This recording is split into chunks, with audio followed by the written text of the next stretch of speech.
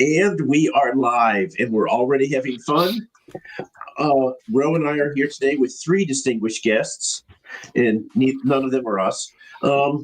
So let's go around the horn. Melissa, tell us about yourself, why you're here, and what bad choice brought you here. Well, the bad choice that brought me here was taking Mike on as a client. Always dangerous. Hi, I'm Melissa. I'm the token Canadian of the group. It's not a token. I'm always the only Canadian, okay? Always. Ro is almost Canadian. That's right. Yeah. And Tim McKay will be here because, he's always here. Go Expos. Go Canadians. The Expos don't exist anymore, do they? They do to me. Sure. Okay. Sure. I refuse to watch baseball until they exist again. I don't watch baseball. And then as part of the Texas duo for the show, Dewey. Tell us Hello, I'm Dewey Conway. I am, just a little bit about myself, very, very briefly, is I am a co-author for a book called The Tenacious Tale, A Tale of the Tender Sword, and I am excited to be here to talk with all of you about what I think is producing a book. So, but like you said, no, you don't have questions, right? So it's like we're gonna have to. We can go anywhere. We can go in any direction. And the final person in this Brady Bunch group, E.L. Montague. Tell us about yourself, and did you publish 3 more books today? I have not done 3 today. I have made some good progress on my current effort. But anyway, so I am here. My bad choice is being friends with Mike. We met each other here, and he kind of suckered me into it with, "What are you doing on Friday night?" "Oh, nothing too much." "Okay, great." Hey, Bo. Bingo. So anyway, I am here. They no doubt asked me to do this because I've put out a couple of books recently. Most recent is Seaward Secrets. It's a urban fantasy. That one came out in mid-November, but I've also put out a couple of science fiction books over this year and a novella that is right now in the Sphinx contest. So 4 books this year, and I plan to put the next one out in February. So and it's a semi-finalist in Sphinx, correct? I think that's what they said. I don't think it's actually official until everybody else has done theirs, but they've announced it, so we'll call it semifinals. I mean, it's a nice try. You're not where Dewey is, but you might get there. Actually, I'm really interested in Tenacious Tender Sword. Oh, I really am. I mean, the cover has my attention, and it's on the list. I have a giant list, but I do confess you're on it. Oh, I appreciate that. Yeah, I'm excited for you to read it. And I will say it is appropriate length for me to read. So one day I will read it too. Just so that everybody knows, Mike wants books that are chunky, minimum 2.5 inches thick. 3 to 5 is right. And EL has already started drinking alcohol tonight. He might have started in the afternoon. I'm not sure. So we're going to ask everyone, what is your one piece of advice you would give someone who is producing their book that you absolutely positively you must do and must not skip? I know there are many, but just pick one. Who would like to go first? EL, you look like you're brimming to go or sleeping. Mine is get an editor. Make certain that you are not the only person who's read it, and it was read by somebody who doesn't kiss you goodnight. It has to be somebody who is willing to give you good advice and not worried about whether or not you like them tomorrow. So get yourself a good editor, pay them and pay them well. If you can't pay them well, give them drinks or something, but find somebody who knows what they're doing, get a good edit, and take advice when it's given. I agree. Dewey, how about you? Yeah, well, yeah, of course, the editor's a very important step, obviously. But um, my one piece of advice, at least for first time around, is to to understand that there's going to be mistakes along the way. That even as much as you plan and as much as you put everything into your dates and your publishing date and everything, that if you're self-publishing, especially through Amazon, to be patient and to maybe tack on 2+ weeks onto that publishing date, just to give yourself some extra time so that you're not stressing out. But it's a process that requires a lot of patience. So I would definitely say that. Okay. And Melissa?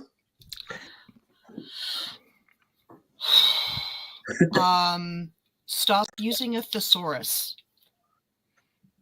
Oh yeah, that's The good word advice. said is acceptable. I can't count how many books I've proofread that use anything but said.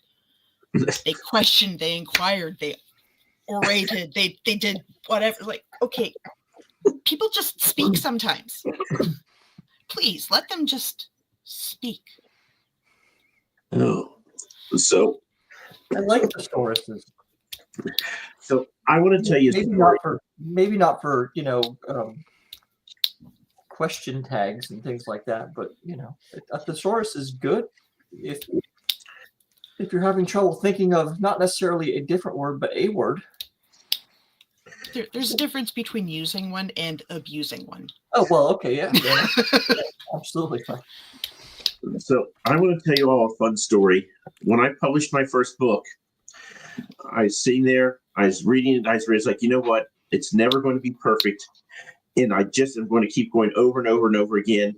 So I'm going to publish. So I went on to Amazon on July 4th, told not a soul, published, and then called my brother and said, Dan, my book's on Amazon now. And I doubled the number of people in the world who knew that I published a book. Unfortunately, that only stops there. Did Dan buy the book? I don't know. I just, it's like I bought Dan, the first did you buy copy. the book? He's with us. Dan, did you buy the book? Oh, don't encourage him to talk. He's the one who put this up before. Yes. Oh. Right. And of course, if you do want to know my history there, I'm more than willing to tell you. It was, a summer, long time ago when I had to visit a library in Albany, New York, and it was just atrocious. And I thought to myself, what this place needs is organization. It would make things so much simpler to find. Of course, that was over 100 years ago, and I've aged a little bit since. But The bastards never paid you for it, did they? they didn't. No. And then they named a cat after me. And oh wait, no, it's the other way around. Yes. JCM, that's a weird flex, man. It is a little weird. More weird than me claiming to be over 100 and something years old. Really is. Okay, all right. I've been through Albany. I will tell you the one piece of advice I give to new authors is, and it's true of editing, it's true of illustration, everything is, if you rush an artist, you'll get rushed art. If you rush an editor, you'll get rushed editing. You don't want any of these things. So be patient, keep your mouth shut, and wait for it to come in good time. Otherwise, you're just shooting yourself in the foot. And you're still paying the same price, and you'll just get an inferior product or a really ticked off person, Or both. And on that note, work your editing into your time schedule, because if you send 100,000 words to an editor and say, I need this back in 10 days, you're not getting it. Yeah. There's no editor that can do a job like that. They can read it in that time, but they couldn't tell you anything about it. Who's our social media guru amongst you? Well, I'm going to talk. Laughing. I'm going to talk because I think that's a great question, because I can't stand social media. I'm honestly, and if Bill were here, my other half, Bill Adams, who's my partner in crime, he's the one that handles all of that because he's much more patient with it. I really don't care for it.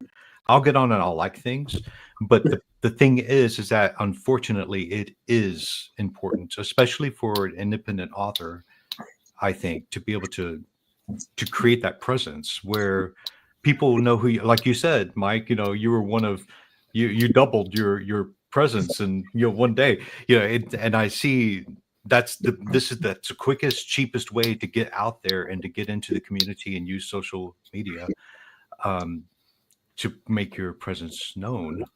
But I don't know. I don't like to do it though. Well, and I would add that most people don't do a very good job of it. I mean, there are some people who are really fantastic at it, but most people, myself included, are not very good at it. The real trick is, if you want people to read your book, they have to have it in their hand, or on their phone or whatever. Right. And the only way that's going to happen is if they know it, and that comes down to catching their attention. Obviously, we all know about cover art, but you have to put that cover art in front of somebody too. Right. Like I said at the beginning, I have an interest in Tenacious the Tender Sword. Say it so that I don't screw it up. Just say the title. The Tenacious Tale. Hold up the book and say the title. I will. I have it right here. The Tenacious Tale of Tana the Tender Sword. There you go. I remember Tender Sword really easy, but that picture of the girl with the sword in the forest and the style to it is very memorable. Oh, well, thank you.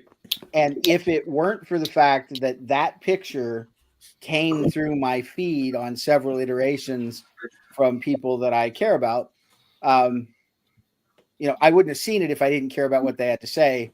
And if it hadn't cycled through, I wouldn't have asked the question, why is this cutesy middle grade looking thing keep coming through my feed? And then, it built an interest. And you have to do that for any story that you tell. You have to get it in front of people.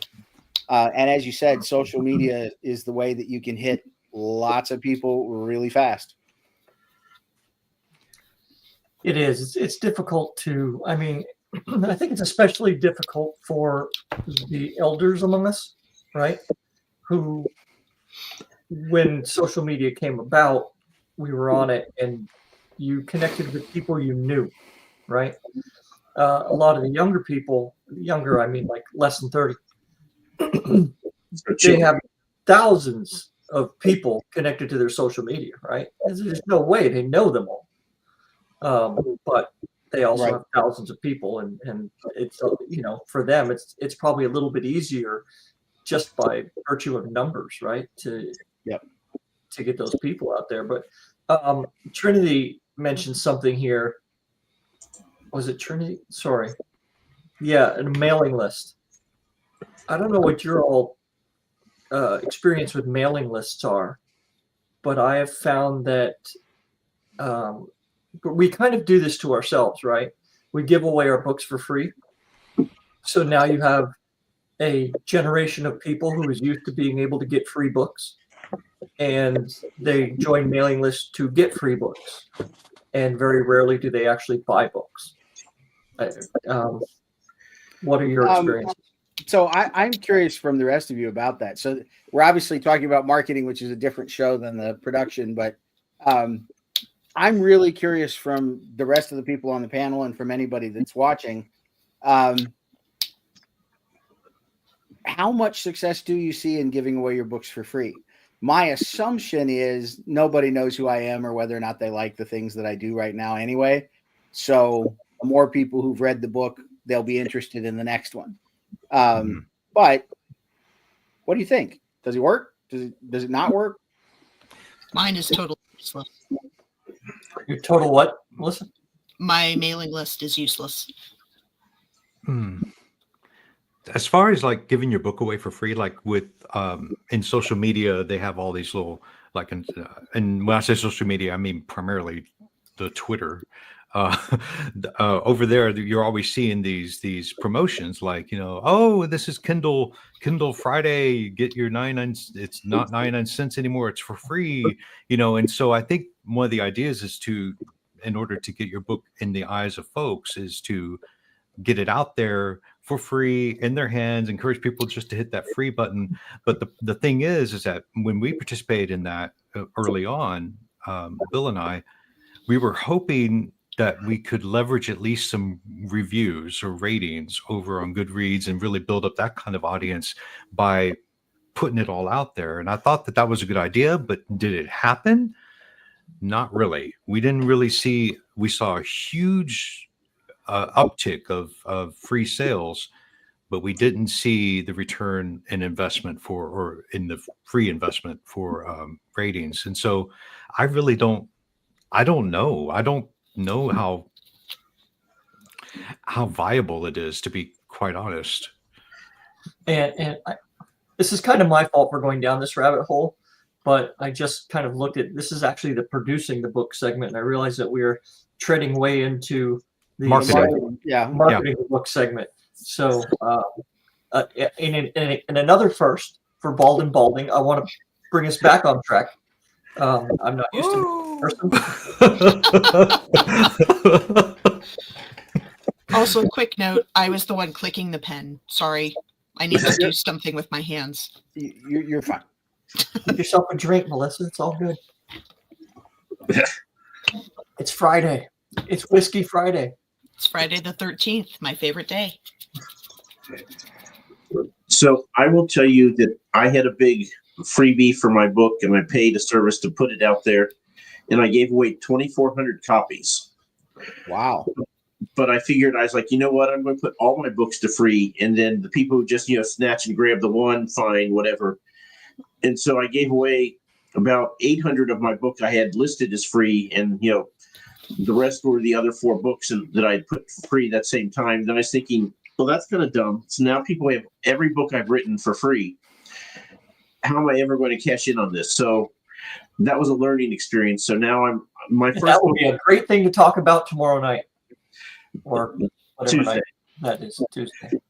So yeah, I'm going to do, my first books will be 99 cents to get them in, and maybe free occasionally, but the rest of the books I'm not putting free anymore. So hope you got it already, because you got to pay for it now after that, because that's my strategy as much as I have one.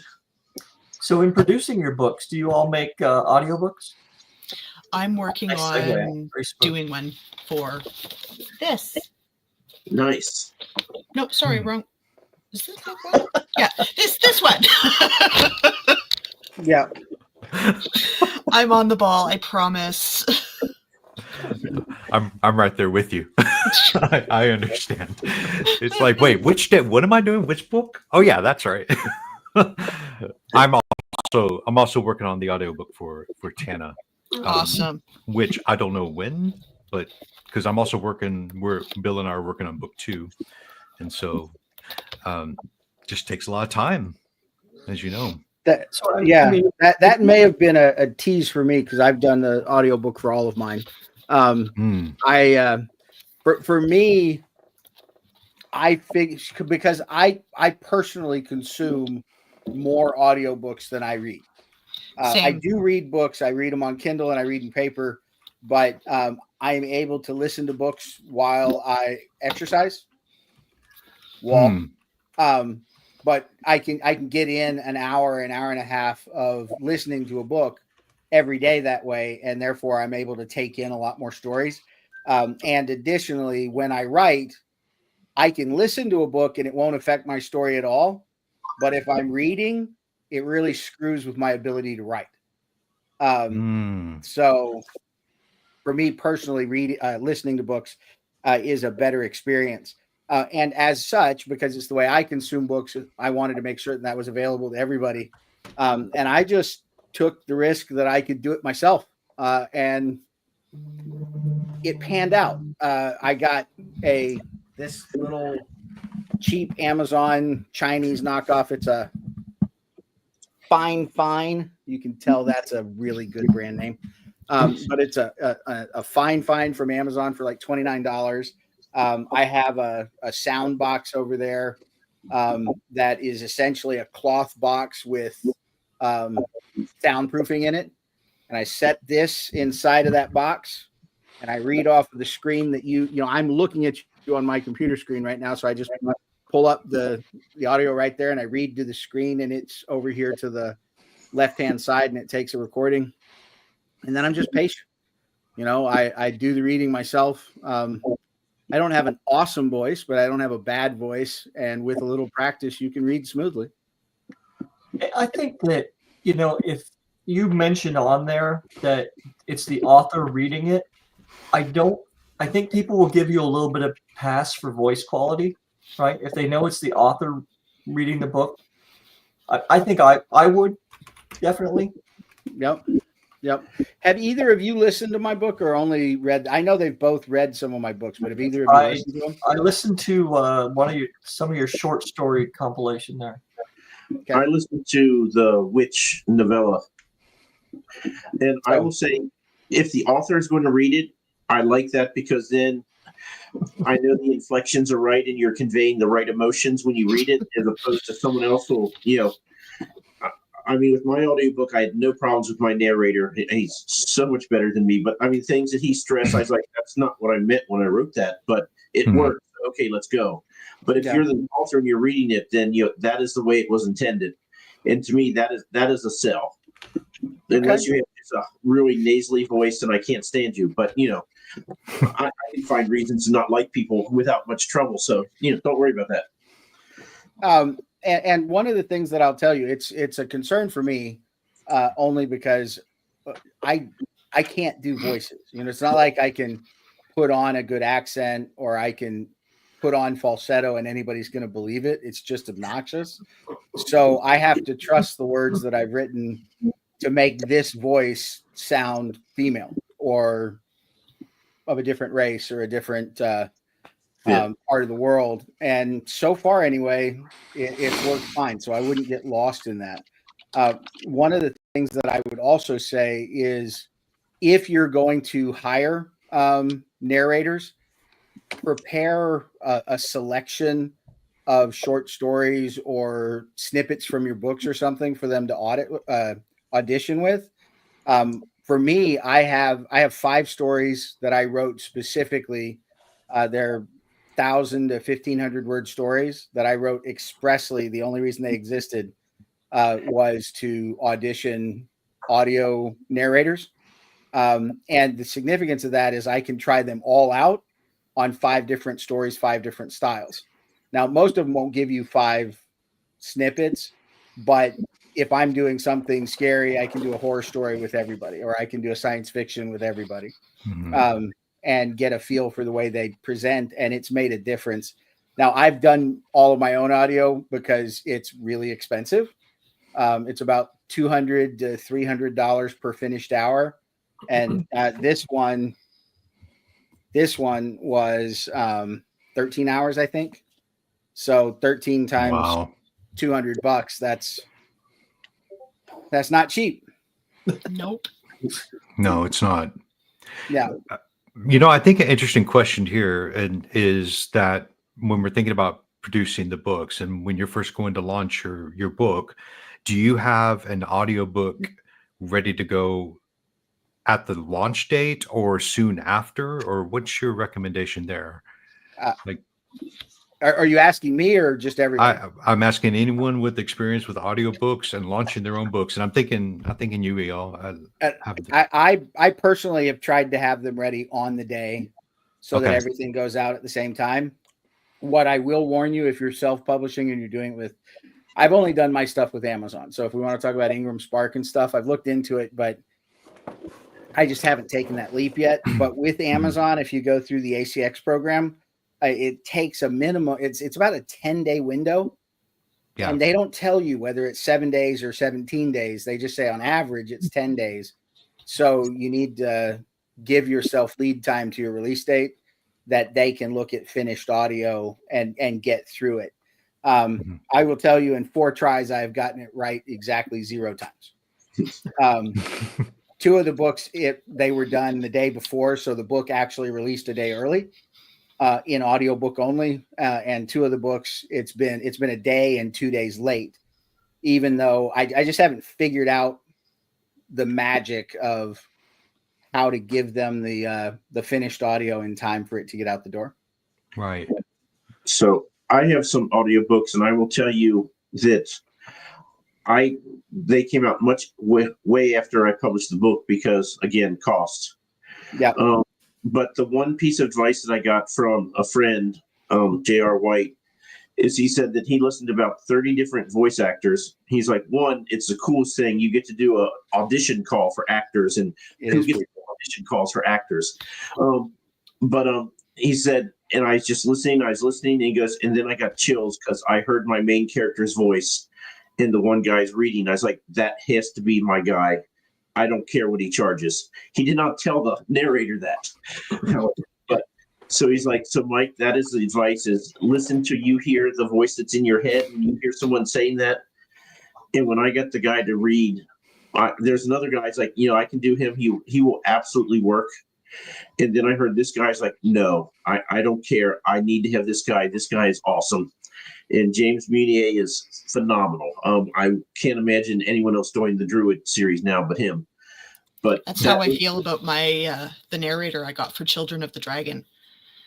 I sent a chunk of chapter 2 as the audition work, and it was perfect. He got both characters spot on. Yep.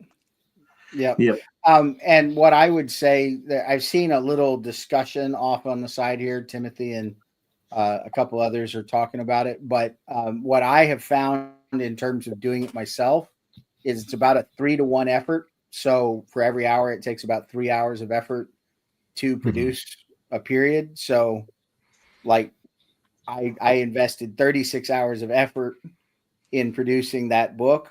But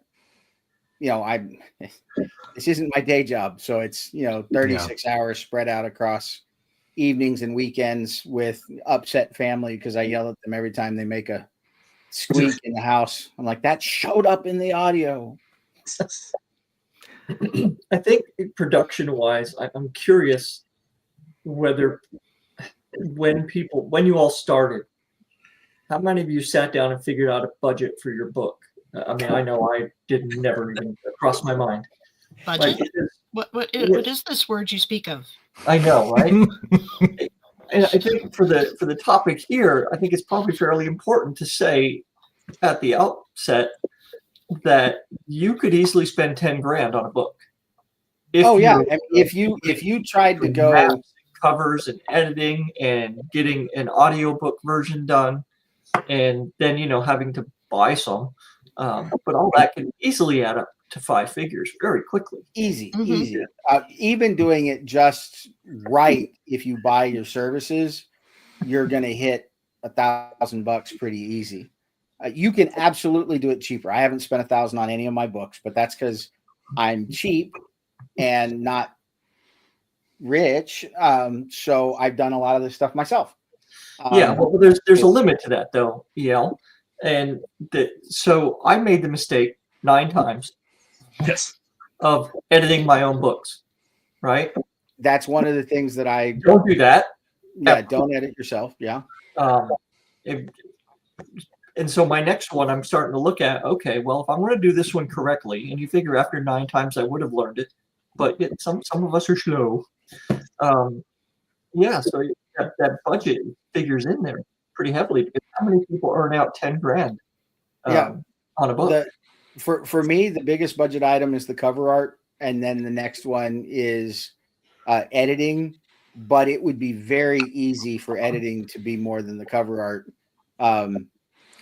if I did more of it. I write relatively quickly, so I'm able to get revisions out and kind of work through a lot of my problems and then send them for somebody to look at. But if you're not like that, or you need a good editor's help, it would be easy for the editors to be more expensive than the art.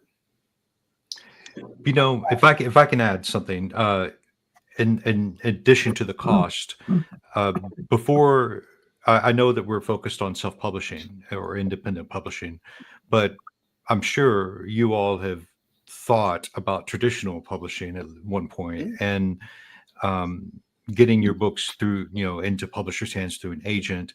There's also the cost of that. There's the cost of going to to writer conventions and going to meet with agents, and going to try to get your books in front of people.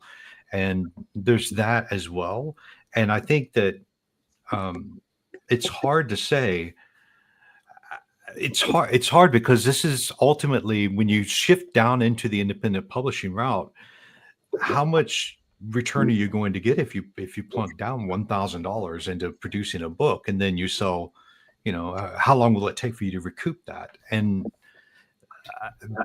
we've got to really shift into the whole, what like EL has done. He's it sounds like you're like a one-man show. You've got except for the editing, you do send that out, but you're doing your audio work, you're doing you really focus on producing everything, but not everyone is capable of doing that. So I'm wondering, what are your suggestions on keeping costs down? Do y'all have any suggestions for alternatives to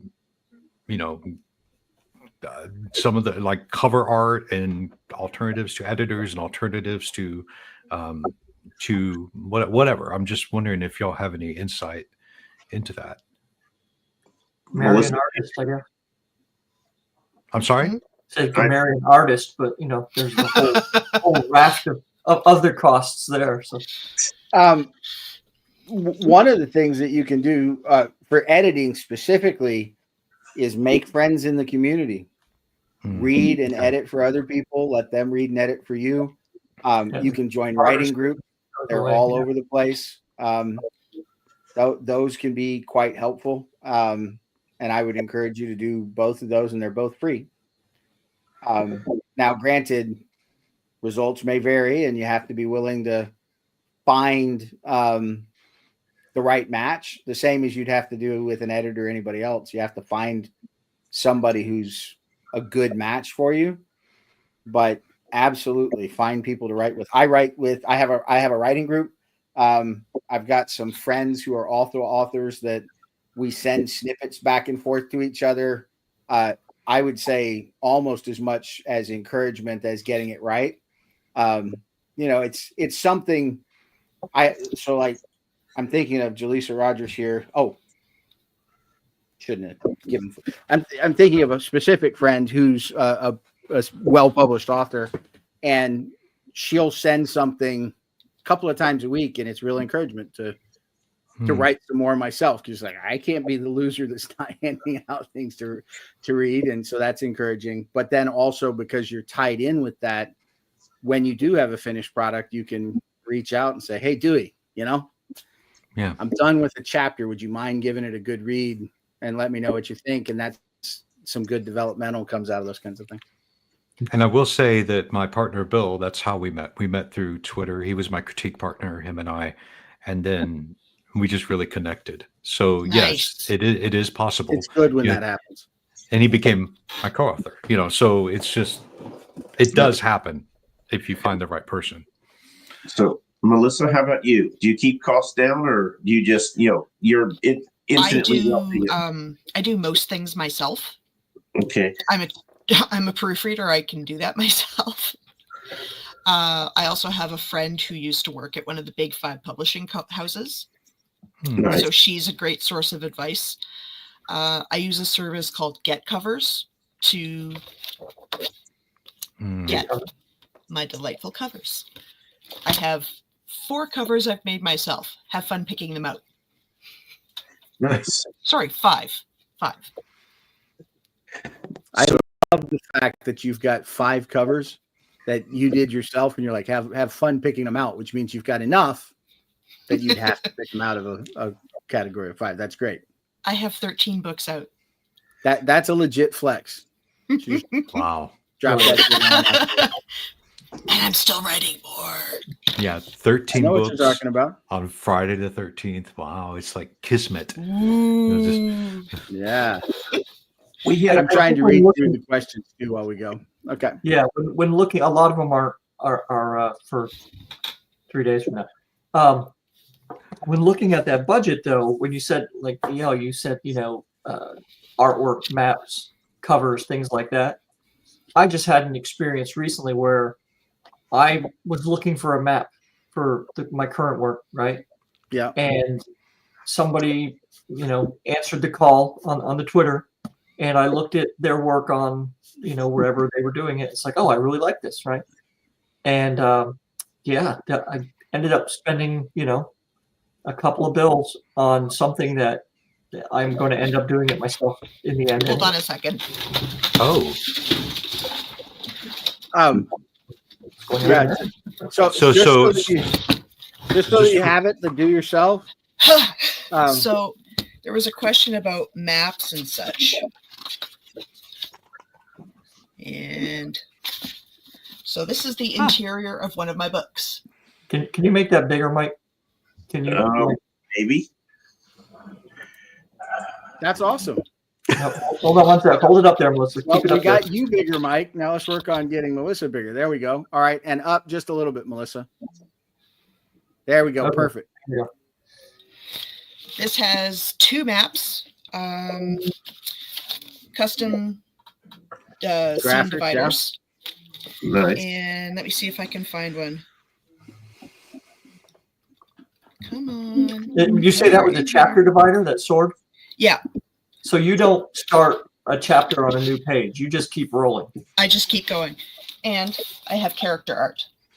Nice. That's awesome. So as far as how much art do you put in there? How much do you want?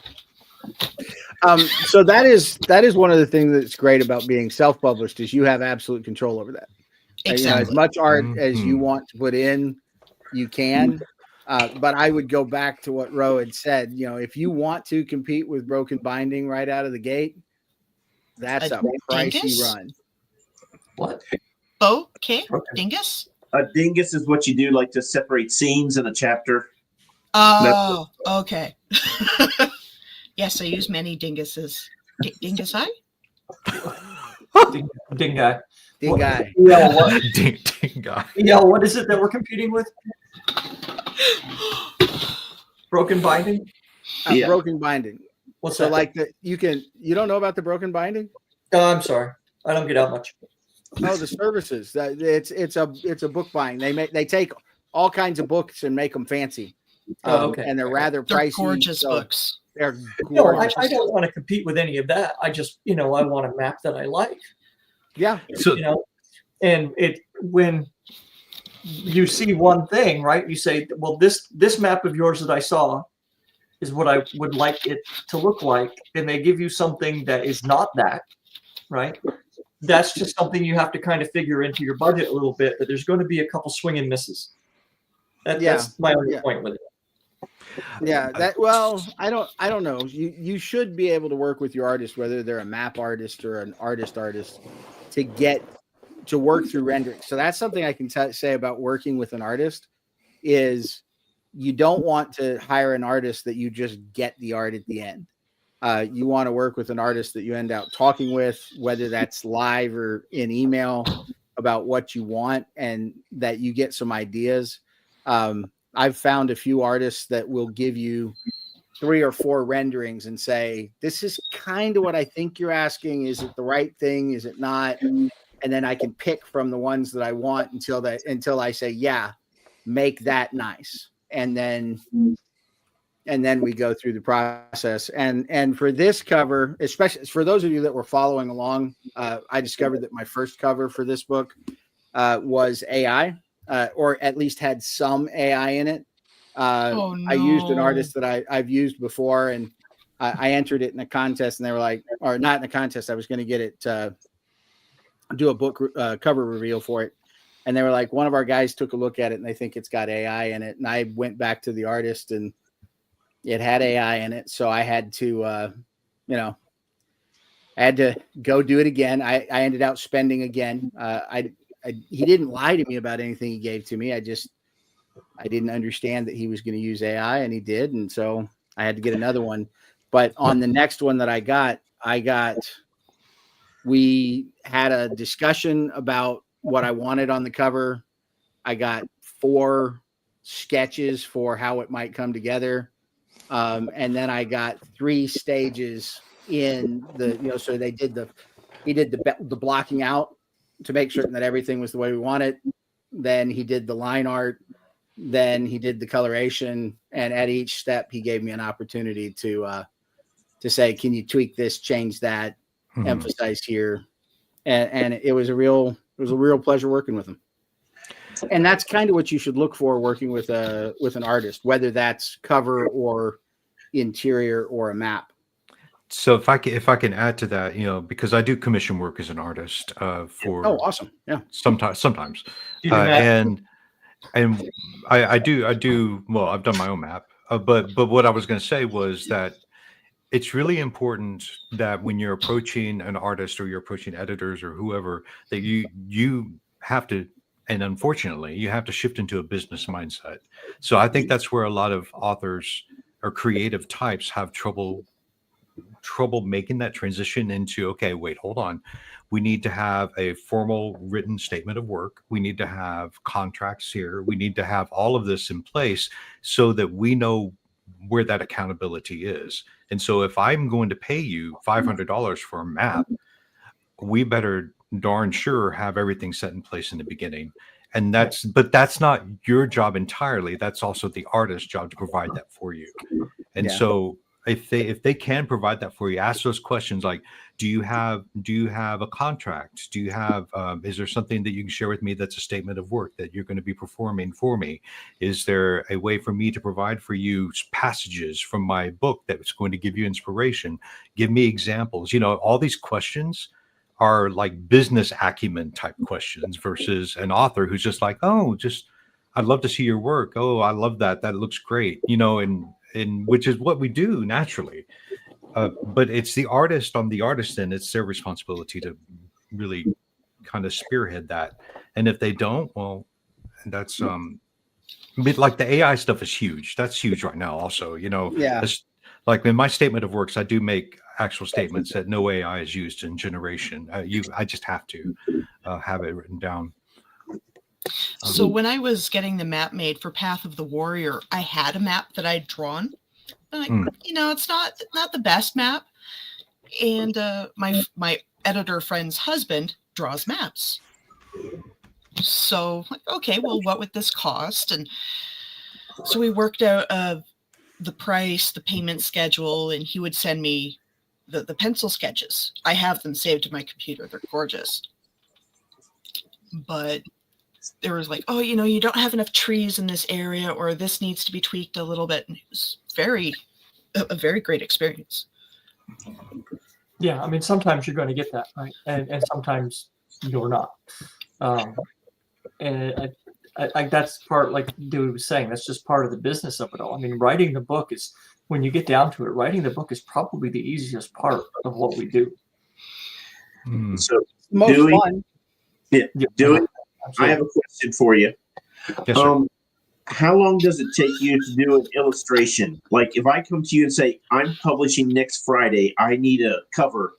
Are you going to laugh at me? Please tell me you're going to laugh at me. Yeah, I'll say that's not possible. So how long do you give, because if you're planning your book launch and you've never done it before, how long do you want to be able to do a job that everyone is happy with? So if we're talking interior work, we're looking at, like, if, say, for example, I want the artist to provide headers for me. I want them to provide a map. I want them to provide internal illustrations, like character illustrations.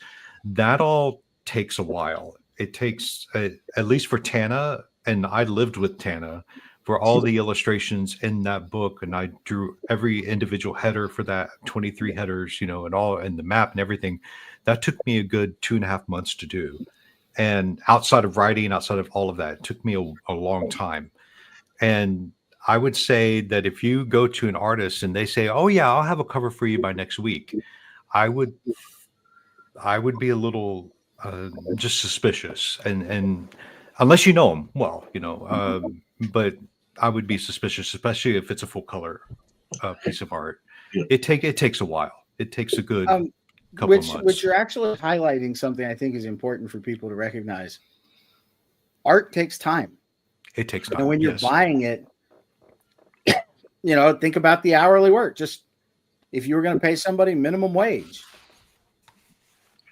But I will say this: because the artist that I'm using right now, and Mike is actually using Matt Slay. We had this conversation. He said, "You're not paying me for the hours I spend drawing this picture. You're paying me for the 20 years I've spent learning how to draw this picture." Right. Exactly. Yeah. And it's kind of the same way with writing, right? You're paying for the whole time. Well, So- that's the difference between minimum wage and $300 an hour. But it really is. I mean, no matter where they are in the scale, there's going to be a big chunk of time, and the better your artist is, the more investment they took to get there, which is what you're describing. Masters aren't cheap. Yeah. Well, as far as time goes, like I did, and I have it here. The Bill had a novella that just came out, and he asked me to do the cover for it back in October, and he wanted to launch it December 4th for his birthday. And so I was like, okay, let's see what we can do. And I wasn't able really to start until November. So I spent it took me about 3 weeks to do, and it's just line art and a single color palette. It's this here. Mike, So, Very nice. but that took me a while to do. And it's not a painted illustration. It's more because my background is in comic art, which is why I think I recognize Matt Slay. Is he a comic artist? yeah, he's done some covers for Teenage Mutant Ninja Turtles back in the day. Oh, okay. Yeah. I remember. I recognize that name. That's my background is as an ink artist. And so that took me a while to do. If they come to you in 1 week and they give you this beautiful piece of work, I would, unless you know them, unless you know their work and everything, just be cautious is my suggestion. But you have to work in a good couple of months into production. You can't churn it out overnight. I think ideally for producing a book, I think, in an ideal world, you know what your cover is going to be when you first start writing down your ideas for your book, right? Before you even, or very early into the drafting stage. And that way you can give that artist, those months to go. So I wanted to go around the horn. Sorry. Ro is my line editor. And Ro, how much time should you give people to line edit? Should I ask you on Monday and expect it by Thursday? It depends how many times I have to put the period inside the freaking quotation marks. Oy.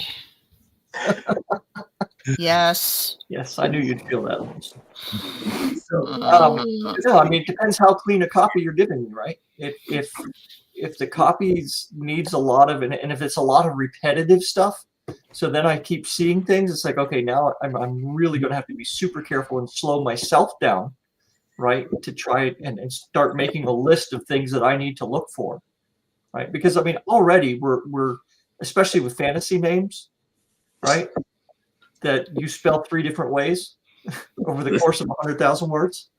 Right? We've got to keep track of all that stuff. So it's going to be measured in weeks at the very minimum. And Melissa, you are both a developmental editor and a proofreader. How much time do you want for each? 3 days? Is that enough?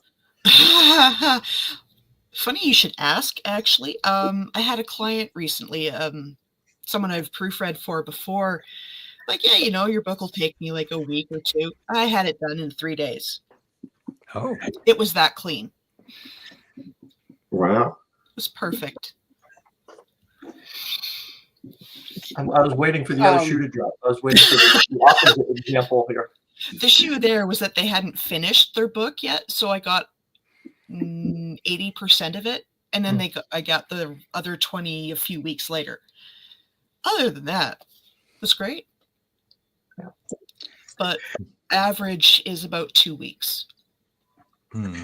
So if intrepid author Mike, who's made every mistake under the sun at least once, if I have my manuscript and I think it's perfect and it is ready to go, how much time do I need to schedule for line edits, rewriting, proofreading, illustration, cover art, and audiobook. How much time are you looking at? This is like 4 to 6 months minimum. At least. Yeah. So I mean, when you're like, part of that's up to the writer, though, Mike. Right? So So if the writer knows what their cover is going to be and can get the artwork started while they're doing other stuff, Yes. and it's all Yeah. part of, and you need a Gantt chart to really figure it out. yeah, so Um, far all of my artwork is started before I was finished with the book. yeah. Yeah. I start thinking about my cover when I'm on my final round of revisions. And how long it takes you to rewrite it, that's entirely up to you. I mean, Exactly. how much, Baldur's Gate are you going to play instead of writing? 0. I don't have Baldur's Gate. You don't get it. For me, I've seen that revisions take about the first revision takes about a third of the time it took to write it. So however long it takes to write, about a third of that to go through and rewrite it, and then it's about a third each time. So if it took me 3 months to write something, it'll take me a month to edit it. And then if it took me a month to edit it, it'll take me a week or two to do a second or third revision. And the one piece of advice I tell new authors is you will never be as happy as you are before you publish your first book, because once Or you as unhappy as you are the day after. once you publish it, whether it's in your head or whether it's real, there are expectations that you feel like I have to produce more. And then it's not just, you going, having an adventure and writing it down. Now it's all of a sudden, I have fans, whether real or imagined, and I have to do this. And then it becomes more like a job. So do not rush to get that first book out, because it'll be out not for me. I will live that long, but you have 25, 30 years, at least. So take the extra month. It's, you're not killing yourself. To that point, I would also say, look at yourself objectively, right? So the book I'm writing right now is not book 4 in my current series. And the reason I decided to go away from that was because I sat down and went, where's the line of people waiting for book 4? In my head, because they don't actually exist, right? So there's no rush for any of it unless you actually have a line of people waiting for it, right? But then even George R.R. Martin has just told those people to, piss up a rope, because he's been 10, 12 years now. And so I think it's longer than that, but okay. Whatever it's been. It takes There was to just keep working the same series year after year. Well, thank you, Mr. Byrne. Appreciate that. He Takes speaks one to know of one. Hey, himself. Joe? I think he's on book 6 now. To answer You're the muted, question in the chat Well about done. my proofreading, my going rate is $15 American per 10,000 words. That's not bad. That's pretty So- good No, price. it's not bad, especially when it converts into Canadian. So, I wanted to ask you, because you've published, 17 books in 13 days or something like that. How long have you been writing versus, I know you just started publishing this year, but how long have you been writing and just holding it back? So I self-published this year for the first time in April. I sold my first story in 1994, I guess. And I wrote for 5 years or so before that. So I've been writing for 35, not 40, but 35 years anyway. I've had the aspirations that I could tell a story that somebody would want to listen to. I tried at short stories for a while as a younger man. Had a little bit of success getting picked up. Never an agent. I was never special. I was just competent. And then fell away from it for a while. I never stopped writing, but thank you, Sebastian. But I never stopped writing, but I wasn't trying to publish for a good 20 years. And then my son decided he wanted to learn how to write and asked me to write with him. And actually this book right here, so the one that I just published, is the result of a writing prompt that my son gave me in 2020. He said, "Tell a story after a hurricane." I mean, that was it. We would give each other writing prompts to learn how to, Nice. trying to help him be a better writer. And he said, "Write a story after a hurricane." And I wrote him a 40,000 word novel, and then it wasn't quite there. So I went back and worked at it and dropped a 120,000 word novel out of that initial run. But I've got a set of characters that I really enjoyed doing, but it was just out of that. So long-winded answer to a simple question. I've been writing probably 35 years, and I've been publishing for a year. But before you published your first one, how many did you have done sitting in a drawer? 7. Yeah. Okay. And I've written 4 novels this year. Good. 4 novels this year. Wow. I'm lying. I've got 18. 63,000 words on the one I started in November. So the goal is to finish that by the end of the year. Wow. So how many books are you going to publish next year? I'm going to try for 1 a quarter, but I'll probably do a novella or 2 in there too. So in your production life then, how much time a day are you spending behind your keyboard? An hour or 2. I write an hour every day. Every day. And I probably write 4 on Saturday. See, I think that's another thing that you have to consider, or one has to consider when figuring out their production schedule, right? Because I'm usually good about the first 2 months of a new book. I'm right on top of it, and then I will have 4 months of doing nothing in the middle of that somewhere. Yeah.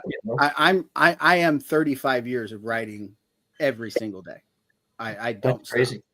And one of the things about that is, my father was a painter, and he said that he was a preacher and then he was a painter. I know some of you know all the stories, but he painted for 30 years. And one of the things that his teacher told him is that you have to paint 10,000 paintings before you know how to make a picture.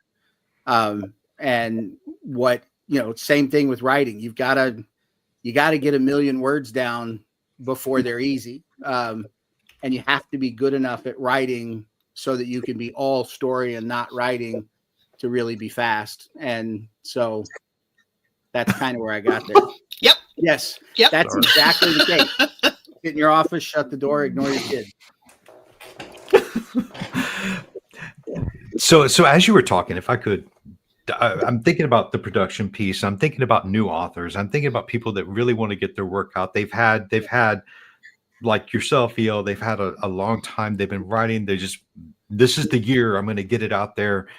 And and I think it's a great time, even versus a couple of years ago, as far as getting your work out there, getting it simply published through Amazon. And when I say simply, I meant that as in comparison to like 2020 or so, where it was right. Even and before, where it was just difficult. I would make the suggestion or want to get from your perspective anyway. When I've got my manuscript, I got it in my hand. Now I'm ready to get it produced. I'm taking that next step. I want to format it for books. I want to get it into EPUB and all of that and just get it out there.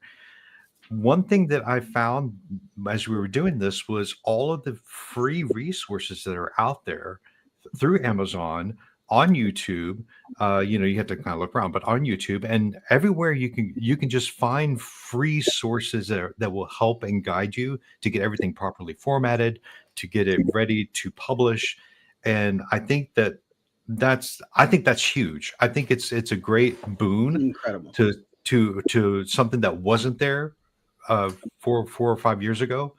And I encourage folks to not plunk down a lot of money into somebody who will format it for you until you've tried it yourself.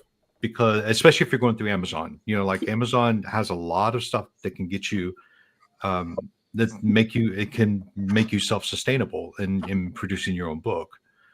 So I want your thoughts on that though, like yours and Melissa's 100%. and all of you. Okay. So I've been self-publishing since 2012. a lot of the stuff that everyone takes for granted these days, all the software, all the tools, they didn't exist. The community wasn't there, at least not that I was able to find. So all the Discord channels, the Twitter, the Blue Sky, it was not there. Right. Joe, I don't use Atticus. I use a cheaper software, but it does the job. And I don't use Atticus either. I did everything through Word, everything with Word formatting, and I followed what Amazon told me to do with that.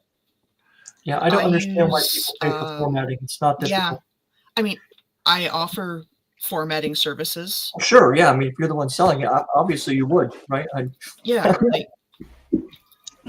had a few hits. I'm sorry, I didn't mean to deter people from your services, but what I meant was, if you're at least try to do that research, because it's there now. It's not.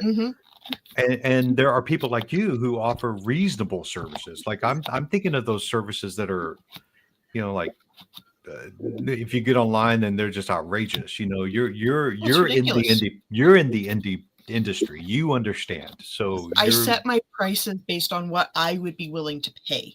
Exactly. I know a lot of authors don't have a shit ton of money. No. Most of them don't have it at all. I'm glad you brought that up, because it's weird, right? It's like, just like when people buy wine, they think that the more money they spend, the better it's going to be, and it's not necessarily the case.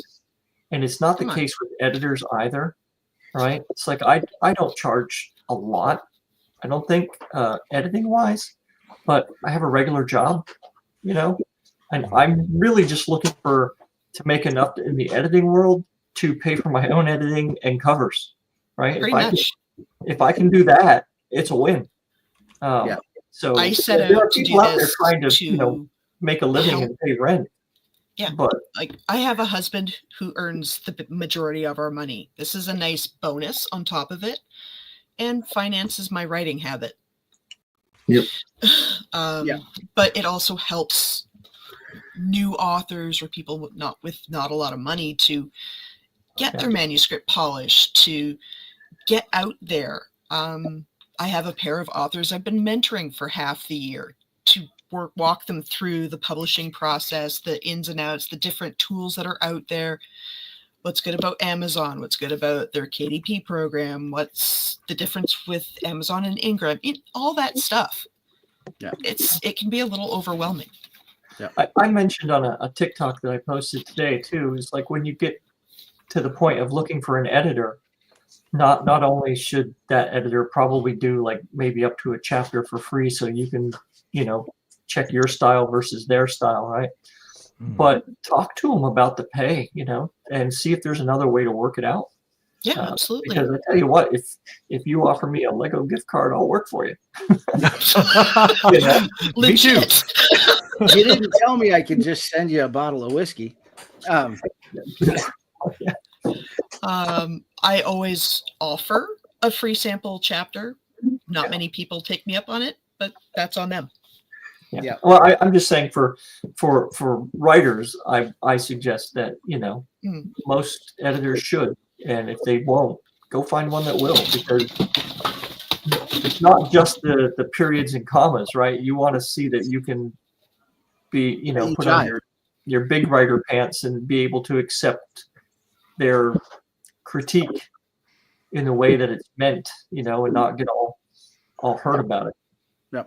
I would add another thing about finding the right editor. I mean, I make Roe blush every time I give him something. So, you gotta find somebody who reads what you write and they appreciate it in the way that you are, because there's as many tastes in editors as there are tastes in readers, and you want to find somebody who is successful in the space that you want to be.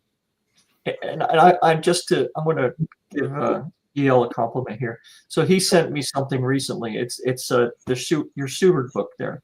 Yeah, you read Seward, right? And I started reading that. And my initial thought was, oh God, it's a vampire book. Right. There are no vampires in this one. I don't want to read this, but I didn't. When I started, I didn't know that. Right. But by the end of it, I called them up and said, if this person gets hurt or if this person doesn't get their happy ending, I'm going to be pissed. I mean, I was invested in those characters by the end of that book. So I appreciate you. Thank you. Well, I want to entertain people. So if anybody reads what I write and feels a thing, I guarantee some of you will be angry. But if I make you feel, I've done my job. Trinity, yeah, I would. What I would tell to answer the initial question there, anybody who wants to do this, you can do it yourself. Yeah. They're all skills, but it's like you learn to be a writer, you learn to be an editor, you learn to be a producer, you learn to be an artist. You have to pack those skills together. And there's a point where you discover, I like doing this work and I don't like doing that work, or I suck at that work is also one of the options. And then you find the way that you cobble together what you're happy with. You can find on Amazon, not Amazon. Yes. Amazon wants you to publish, so they give you all you need to be successful. YouTube, everybody will teach you to do anything. They'll teach you how to fry an egg on YouTube. They'll certainly teach you how to assemble a book. And then if you want to get more complicated, like I have a membership on Skillshare that I'll go on. And the only significance there, it's their YouTube, so that nobody's really confused. You do that. They're just YouTube lessons, but they're organized. So they're kind of like going to a class and they've got an order. And so that's helpful sometimes. You can learn to do anything in your own office or at the park with your computer. You just have to put the time and effort into it. And the advantage of learning how to do it yourself is that you know how to talk to the pros if you hire one. Yep. So we're coming up on 67 minutes now, and I don't know what everyone's schedule's like. But Trinity asked an interesting question here. So, EL, let's start with you and go around the horn. Mm-hmm. She wants to know, did you publish the first book you ever wrote? Or are you going to, I guess, if you haven't?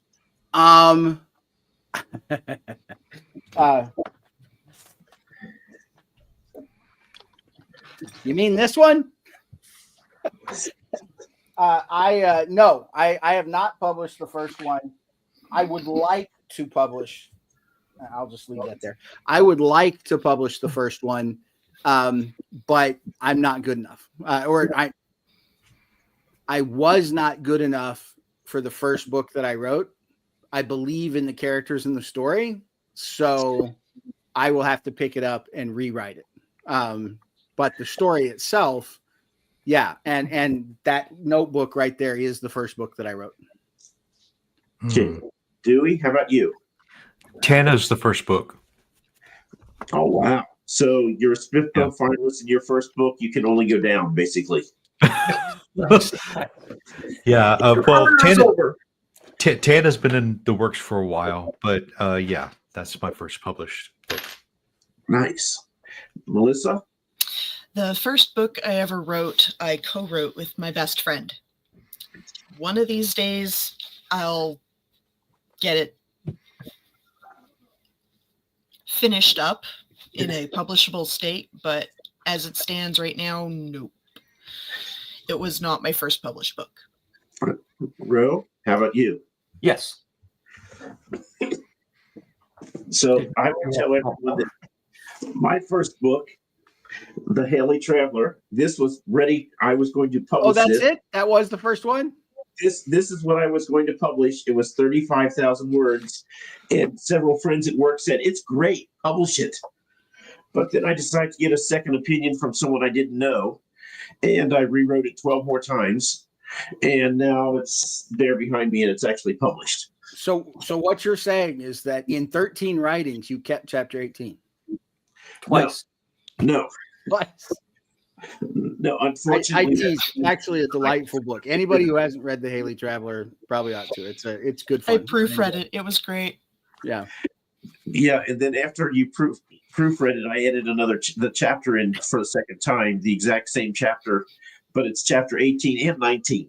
And I purchased nearly 200 hard copies, so yay. What it means is that he really liked that awkwardness. Oh God.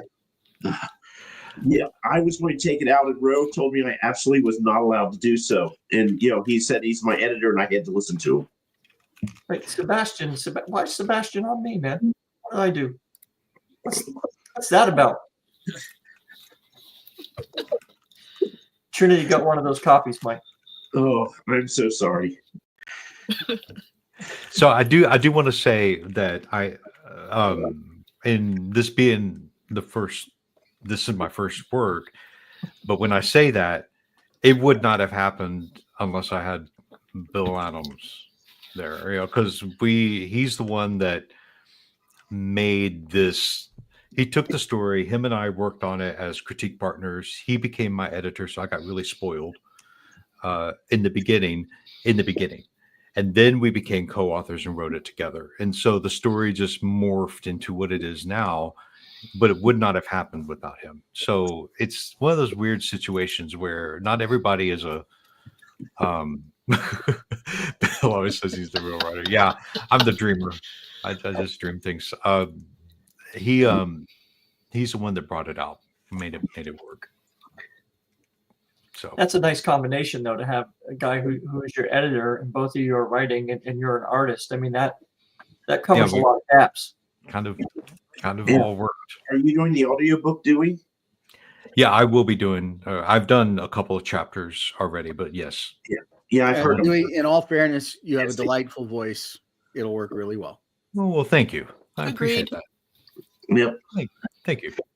So has everyone watched the YouTube of the 3 chapters now that you've read, Dewey? Oh, those I've read the first 3 chapters. When we got the Spiffbo thing, I wanted to celebrate and just read those aloud. But so I've read the first 3 chapters like a fireside kind of chat reading. Nice. So, Melissa, have you ever read your first chapter aloud on YouTube for everyone to hear? Not on YouTube, but it's the first chapter of Stars of Destiny is available on my Ko-fi page for free. Ro, how about you? Have you read your first chapter out loud to general public? Hell no. No, nobody wants to listen to me for that long. Like straight talking, no. So I did that twice last year when I was in Spiffbo before they axed me really, really early. But I got to read my first chapter, and I have never been so nervous. Well, since I interviewed for a job, because I really hate interviews. But anyway, it felt like I was interviewing for a job just to read my own work. John 4, we will get to that one on the probably the Selling Your Book show on the 20th.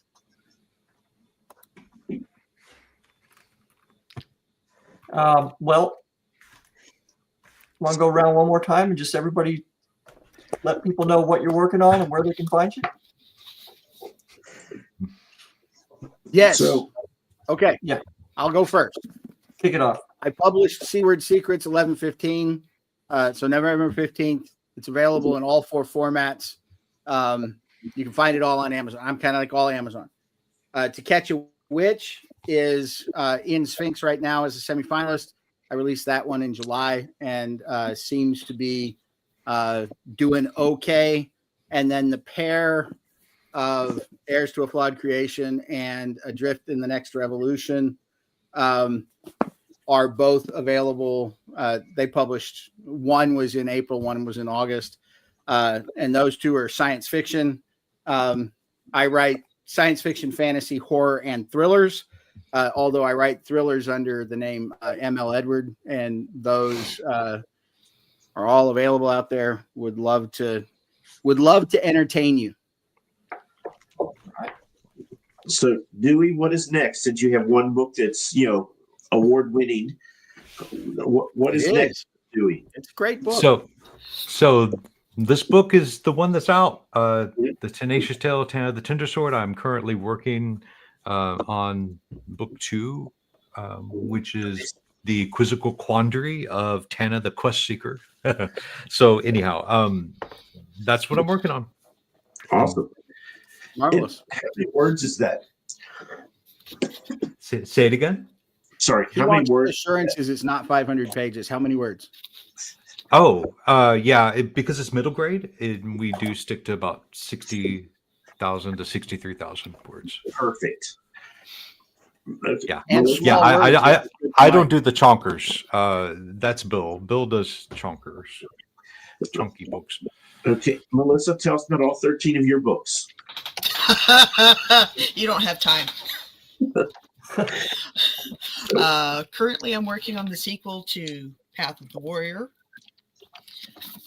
which is my sci-fi portal fantasy chunker. So We probably approve. not for Mike. In What's fairness, the there's a last lot of name real quick? illustrations. Sorry, what's your last name, real quick? Stone. Is that what your books are under? Yep. Okay, thanks. I write fantasy. I write urban fantasy. I write a lot of things, and I write a lot. Ro, how about you? You write, don't you? I do, slowly and awkwardly. Right now, I'm writing something I'm tentatively calling the Sigil of Enderune. It's it'll be the first book in maybe a series, maybe a couple of standalones, I don't know. And I am 3 books deep into Ranger's Deck, which will be a 5-book series. So hopefully the 4th book of that will come out later in 2025.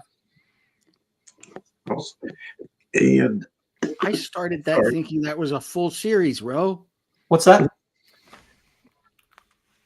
You said you're still writing Ranger's Deck. I thought I had them all. I could just keep going. Nope, there's only 3 so far. I've the You're 4th one. You're gonna Martin me. You're gonna Rothfuss me. No, I'm just going to finish up the one I'm working on. Then I will do book 4, and then I will do something else, and then I will do book 5. They're good fun, guys. You'd like Ro's books. so I wrote 4 fantasy books, all in a series, and then I took a break for 2024. And I published a sci-fi, and I'm writing the sequel to my sci-fi, The Haley Traveler, and I'm writing the first book in a novella series. It's also sci-fi. And then if people don't kill me because I don't go back to my book 5 of my 7-book series in fantasy, I plan on doing that next year and actually publishing that probably in 2026, which is probably not what people want to hear, but details. So, Right. Take us home, Mike. Any parting comments anybody wants to make before we wave awkwardly? This is fun, guys. Thanks for having me on. This was fun. Okay, wave awkwardly, everybody.